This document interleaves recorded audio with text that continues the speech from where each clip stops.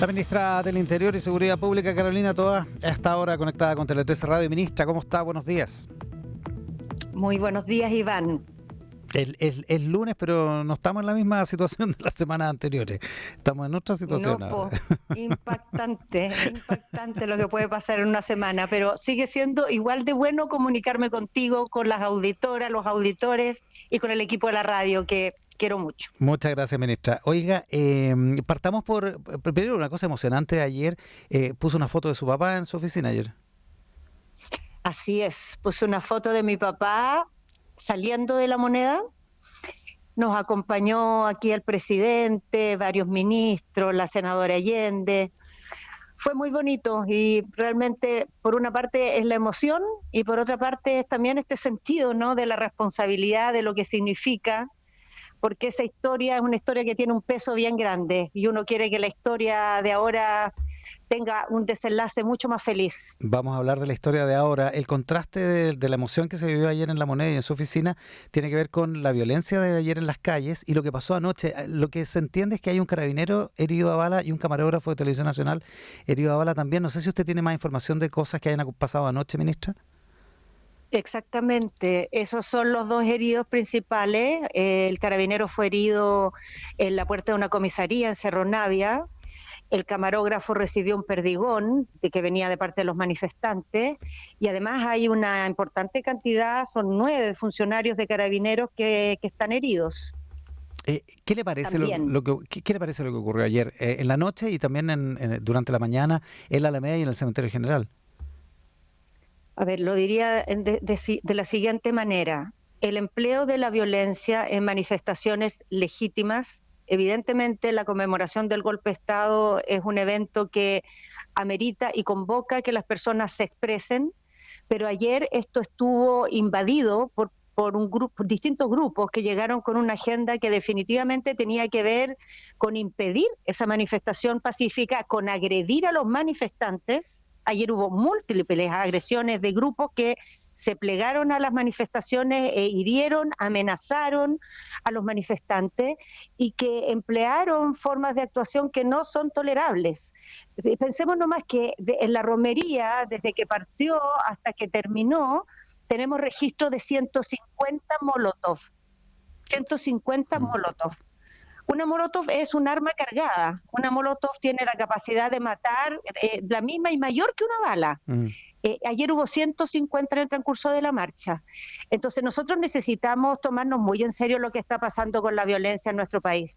Tomarnos muy en serio que se requiere una capacidad del Estado superior a la que tenemos y se requiere una cohesión. Porque en esto no hemos logrado cohesión. Y cuando me refiero a cohesión, a que trabajemos en una misma línea.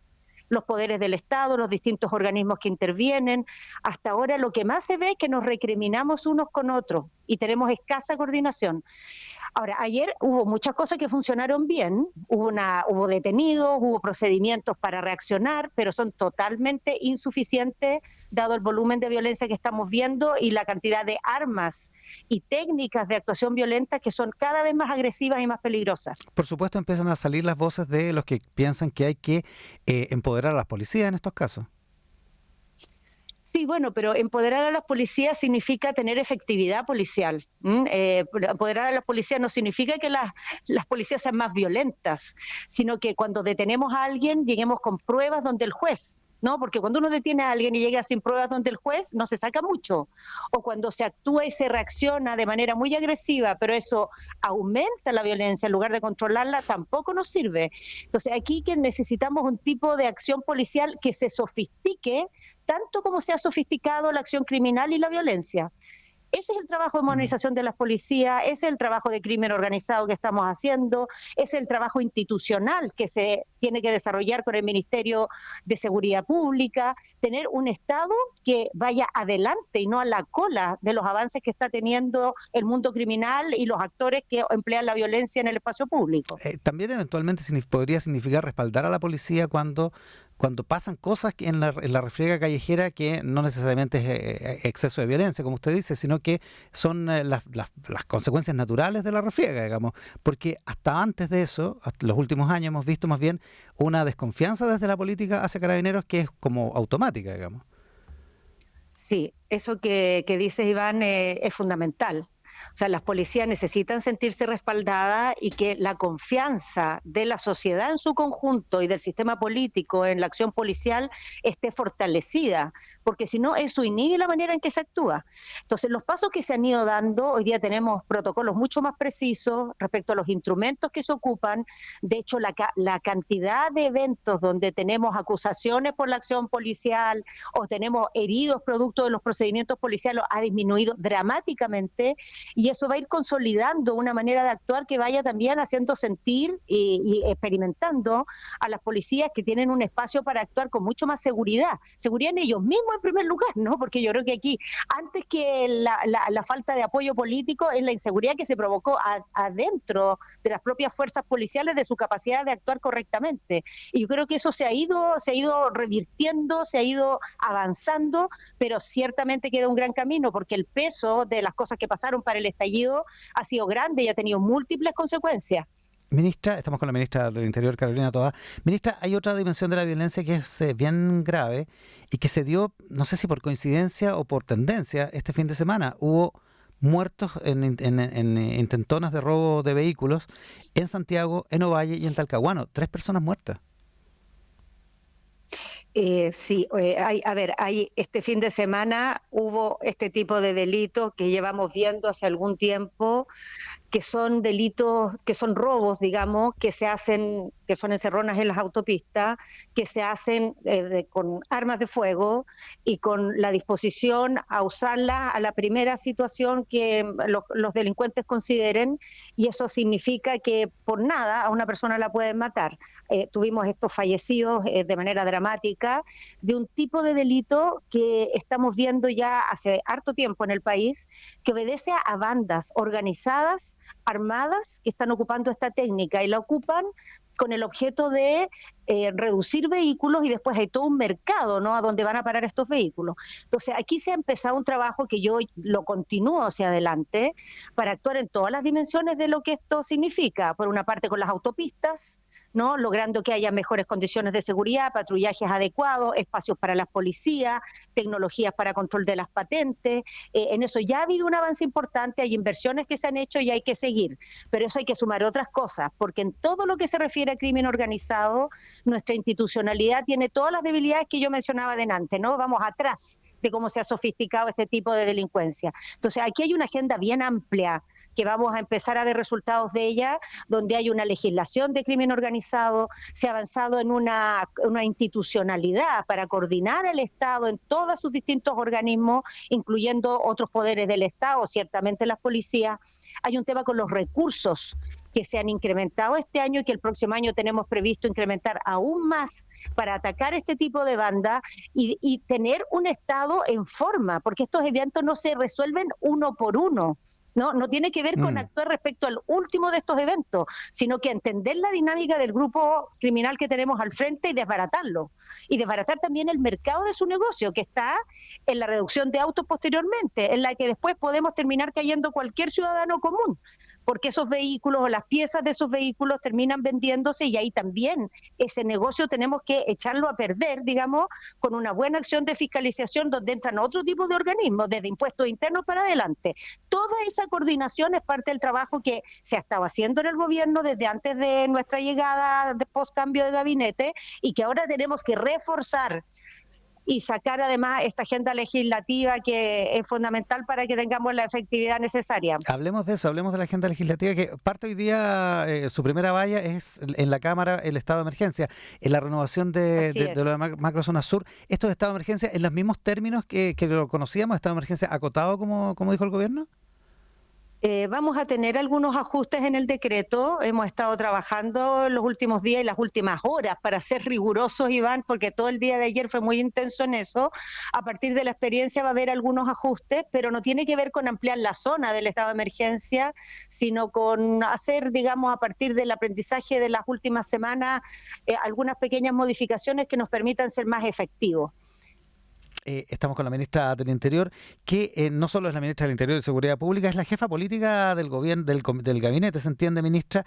Y en eso, antes de que vayamos a cómo va a actuar el gobierno con las reformas a partir de ahora, me gustaría hablar sobre el orden de la coalición o de las coaliciones de gobierno, a partir de algunas declaraciones que parecen sorprendentes. Ahora ha llamado la atención lo que dijo el presidente del Partido Comunista ayer en Radio Nuevo Mundo, en su alocución dominical, que es tradicional, donde contó una conversación privada con el presidente, donde el presidente le habría dicho cómo compensamos lo que pasó en el cambio de gabinete después el fallido nombramiento de Nicolás Cataldo como subsecretario del Interior.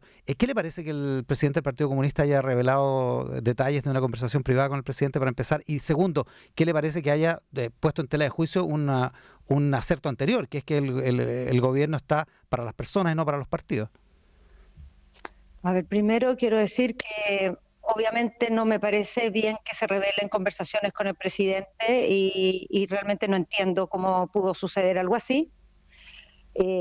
Definitivamente no lo entiendo. ¿Cuál es la lógica que tiene? Quiero decir que el presidente de la República, cuando organiza su gabinete, tiene toda la facultad de cambiar de opinión las veces que considere necesario hasta que lo nombra definitivamente.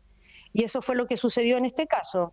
Yo he estado cerca de muchos cambios de gabinete, siempre tienen esta característica, que hay ajustes a último minuto, que se van viendo distintos esquemas, que se analizan posibilidades con que las personas están en un lugar o en otro.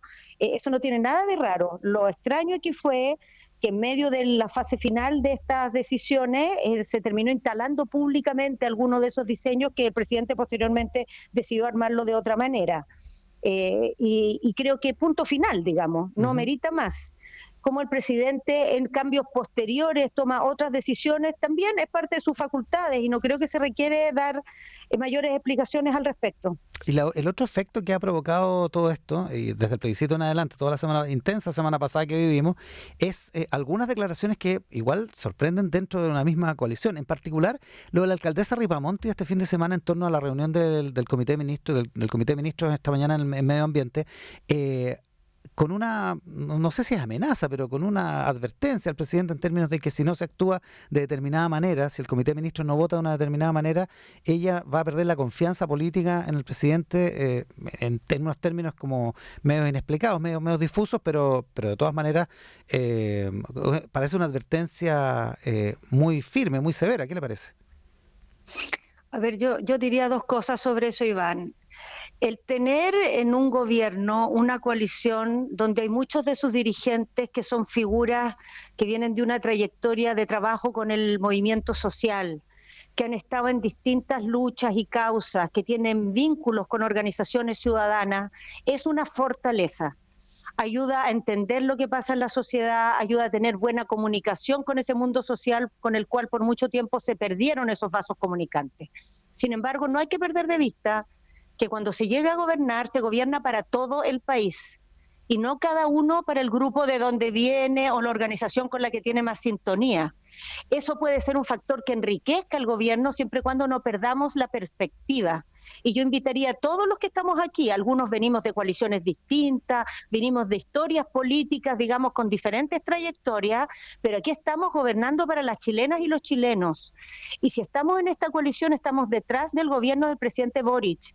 Entonces, las diferencias que tengamos hay que encontrar una manera de manejarlas que no genere confusión en la población, que no genere desorientación, que entendamos para dónde vamos yendo, porque tenemos que navegar en un momento que tiene complejidades, pero que el país tiene condiciones para salir adelante si trabajamos cohesionados y con el norte claro. Segundo, respecto a el tono con que se actuó, creo que no es el tono y creo que hay que instalar una manera de resolver las diferencias distintas. Aquí en el gobierno en ese sentido no nos vamos a perder, escuchamos todas las voces, pero no es que el que ocupa el tono más duro va a tener más escogida. Va a tener más acogida el que tenga mejores razones y a partir del diálogo que tengamos en los caminos que vayamos encontrando. Y de esa manera va a actuar el comité político a propósito del proyecto en cuestión. Que es el proyecto de limpieza de las salinas, lo que se discute en el Comité de Ministros esta mañana. Hablemos de las reformas, ministra, porque se ha especulado mucho en torno a lo que a alguna locución del ministro Marcel, del propio presidente ayer y también el día del cambio de gabinete, en torno a la velocidad e intensidad de las reformas, cuánto el gobierno va a tener que ceder para lograr su aprobación, porque el riesgo que tiene es caer en la inacción política, digamos, o en la cero efectividad política, digamos. Bueno, los que estamos aquí no estamos para estar en inefectividad, pero estamos para navegar en la realidad, ¿no? En la realidad, no en el mundo ideal. Este es un gobierno que fue electo sin mayoría en el Parlamento desde el primer día. La verdad es que el resultado del plebiscito no ayuda a nada, pero no es una novedad que no tenemos mayoría en el Parlamento. Entonces, con ese mundo real tenemos que lidiar para sacar adelante las reformas.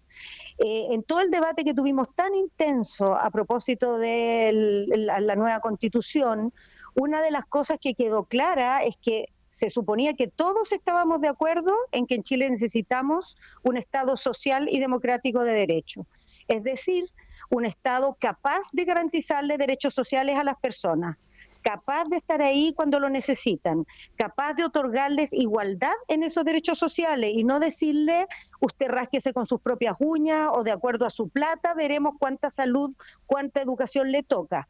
Entonces, si de verdad nos creemos eso, el Estado requiere recursos y sistemas institucionales acordes con ese mandato. Eso es la reforma tributaria y eso es la reforma previsional. Ponernos en sintonía con la idea de un Estado social y democrático de derecho.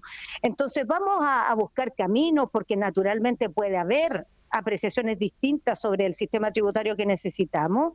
De hecho, hoy día, con motivo del anuncio de la agenda de productividad, el ministro Mario Marcel va a dar a conocer algunas de las indicaciones que se le van a hacer a la reforma tributaria, que recoge observaciones que han hecho desde el mundo económico, desde las distintas bancadas, buscando un entendimiento. Este no es para nada un gobierno que nos va a buscar camino y no se va a hacer cargo de que requerimos votos que no tenemos de antemano, pero queremos hacerlo sin perder el norte, ¿no? Sin perder esta teórica, digamos, transversal disposición a tener de verdad un Estado que garantice derechos a la población. Y bueno, la reforma de pensiones todavía no está presentada, pero va a ir en ese sentido, y es una reforma que no se hizo en un grupo de expertos o encerrados aquí entre ministros, sino que se hizo en un diálogo con distintos actores, donde participó el mundo de los empleadores, donde participaron los trabajadores, donde participaron distintos sectores políticos que dieron sus opiniones. Esperamos que eso ayude a revertir estos años que llevamos rebotando con las distintas propuestas de reforma previsional que han intentado los gobiernos anteriores. Sí, la de pensiones no va para más, digamos. O sea, si fracasa este gobierno en eso, ya realmente es un escándalo para el país. Ahora, no va a fracasar, Iván, no va a fracasar. Ya, Yo creo que vamos a sacar esa reforma. Creo que no hay realmente cara del mundo político para ir a los chilenos y chilenas y decirles no pudimos ponernos de acuerdo. Aunque signifique tenemos que ponernos de acuerdo. Aunque eso signifique en la tributaria y en la pensiones sacrificar posiciones que son importantes para todos los lados, incluyendo para el gobierno, digamos. Es que, a ver, nosotros lo único que no estamos dispuestos a sacrificar es el norte y el sentido de estas reformas. Los mecanismos se pueden buscar, los mecanismos entendemos que se requiere diálogo y vamos a estar, digamos, 100% en ese diálogo, siempre y cuando le cumplamos a la ciudadana y los ciudadanos. Si el resultado de eso es que terminamos con una reforma que nos sirve para financiar derechos sociales, aunque lográramos un acuerdo no estaríamos cumpliendo nuestro cometido, ¿no? Y si hiciéramos una reforma de pensiones que nos asegura pensiones dignas, tampoco. Entonces, eso es lo que no podemos transar, pero en los mecanismos, en las formas, tenemos disposición a buscar entendimientos. ¿Y tiene una coalición ordenada, ministra, para eso? Creo que tenemos una coalición muy desafiada, que tiene una prueba muy importante. En las derrotas, la dispersión es lo común, en las derrotas todo el mundo mira para el techo y trata de culpar al del lado, y creo que la coalición que apoya al presidente Boric no puede darse ese lujo y no es el ánimo que yo he visto. En las conversaciones que te dio en estos días, veo que hay una, digamos, mayoría de actores que entiende lo importante del momento y entiende además que estamos al inicio del juego, no al final. Este es un gobierno que recién está enterando los 6 meses, Sí. que tiene un largo mandato por delante y que si logra como gobierno y como coalición hacer una buena lectura de lo que pasó, tomarla no desde la perspectiva de la derrota, sino del aprendizaje y de la escucha, ¿no? Aquí se perdió una elección, pero no se ha perdido el norte del gobierno, no se ha perdido nuestro compromiso con los ciudadanos, no se ha perdido la posibilidad de hacer las reformas, ni tampoco de tener una nueva constitución. Entonces depende de nosotros que saquemos las conclusiones adecuadas, en lugar de señalar al del frente, cada uno asumir la parte que le corresponde. Yo creo que eso es fundamental, que esta no sea una batalla de recriminaciones y de culpabilizarse. Yo creo que más bien cada uno haga su autoexamen de qué no hizo bien o pudo haber hecho mejor, pero especialmente de qué puede mejorar hacia el futuro, porque nos quedan 3 años y medio de gobierno. La ministra del Interior, Carolina Toá, esta mañana en Mesa Central. Ministra, muchísimas gracias por la gentileza. Muchas gracias, Iván, a ti. Muy buenos días. Buenos días.